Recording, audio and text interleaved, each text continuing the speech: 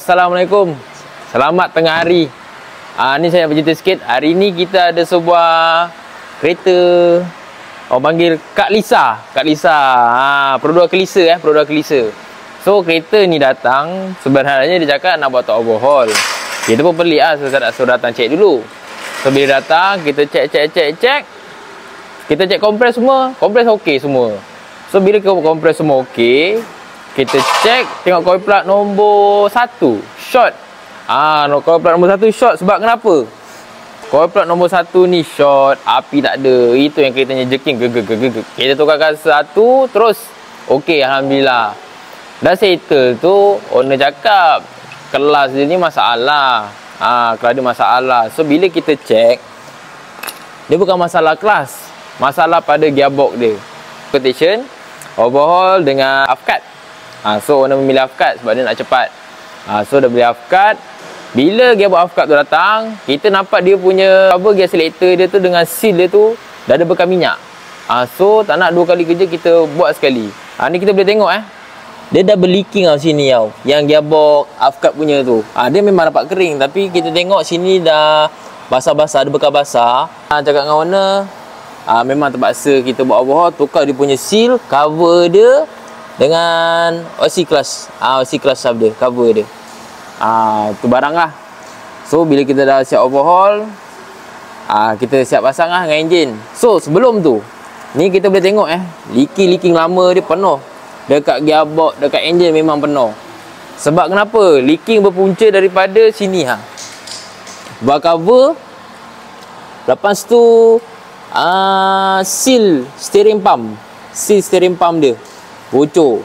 So kita cakap dengan owner, benda ni tak payah nak half-cut, tak payah nak order yang secondnya, tak payah. Kita overhaulkan dia, tukar seal power steering dia je. Ni kita boleh tengok. Ni power steering pump ni. Kita boleh tengok seal power steering pump ni sebelum ni bocor. Lagi satu kita tengok alternator dia ni baru. So kita dah boleh suspect alternator dia sebelum ni kong. Sebab kenapa? Bocor dekat seal dekat power steering tu bocor. So tak nak dua kali benda tu terjadi. Dia cakap dengan owner, kena overhaul power steering pump ni. Barulah leaking tu tak terkena pada alternator. Kalau tidak, alternator nanti tak charging. Sebab minyak dah kena dekat coil dia. Kereta ni kalau nak buat penukaran gearbox, nak buat leaking tu, memang nak kena keluar enjin. So bila dah keluar enjin, cakap owner, bang, ini timing belt pun, mileage pun tak tahu bila buat. Lepas tu sistem air dia pun teruk. So kita cakap dengan dia, minta tukar. So owner pun proceed. Sebab kereta pun memang dah lama tak maintenance. Bila dah lama tak maintenance, kita buat penukaran timing belt, sistem air dia baru cantik. Ni so kita boleh tengok lah ni. Ini kita siap basuh, kita kitkan dia, kita repaint balik, spray balik, rombak rawat balik. Baru cantik. Kalau tidak, penuh leaking, banjir dia punya leaking. Ni contoh barang yang kita tukar lah. Ni first timing belt dia. Timing belt dia. Ni belting dia, belting luar. Ni kita boleh tengok lah dia punya sistem air dia. Tengok kan karat dulu kat pipe besi dia tu. Karat-karat. So kita tak nak, enjin dah keluar kan, so mudahlah kita nak buat kerja tu. Kita cakap dengan owner, memang nak kena tukar. Ni awal depan ni kita boleh tengok termostat dia karat.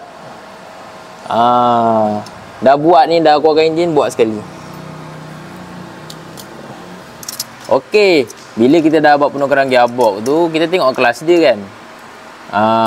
Kita boleh tengok kelas dia. Kelas dia ni masih tebal lagi, tapi boleh dengar. Dia punya damper spring kelas ni, dia punya spring ni, damper dia dah berbunyi. Takut nanti jadi isu. Tiba-tiba kan dah pasang gearbox apa semua, dah nak keluar nak turun gearbox ni, nak kena keluar enjin, dah jadi isu lagi. So tak nak dua kali kerja kat situ. Cakap dengan owner, better tukar sekali kelas ni. Sebab dia punya damper ni dah bunyi dah, damper spring dia ni. Kita dah cerita satu-satu masalah barang dia ni. Kereta pun kita dah basuh, dah basuh bersih. Kita dah cuci, tengok dah tak ada leaking apa semua. Kita dah buat running 2 hari, kita buat running, tengok ada leaking ke tak. So dah selesai, dah tak ada leaking, owner pun dah boleh ambil. Kita siap belanja basuh sekali tau kereta. So mana yang nak datang servis, mana yang nak repair, mana yang nak custom, boleh roger kita kat Zalana Auto. Nombor ada tertera. SA dengan bos Zulan kita. Okey, semoga ilmu bermanfaat. Assalamualaikum. Bye bye.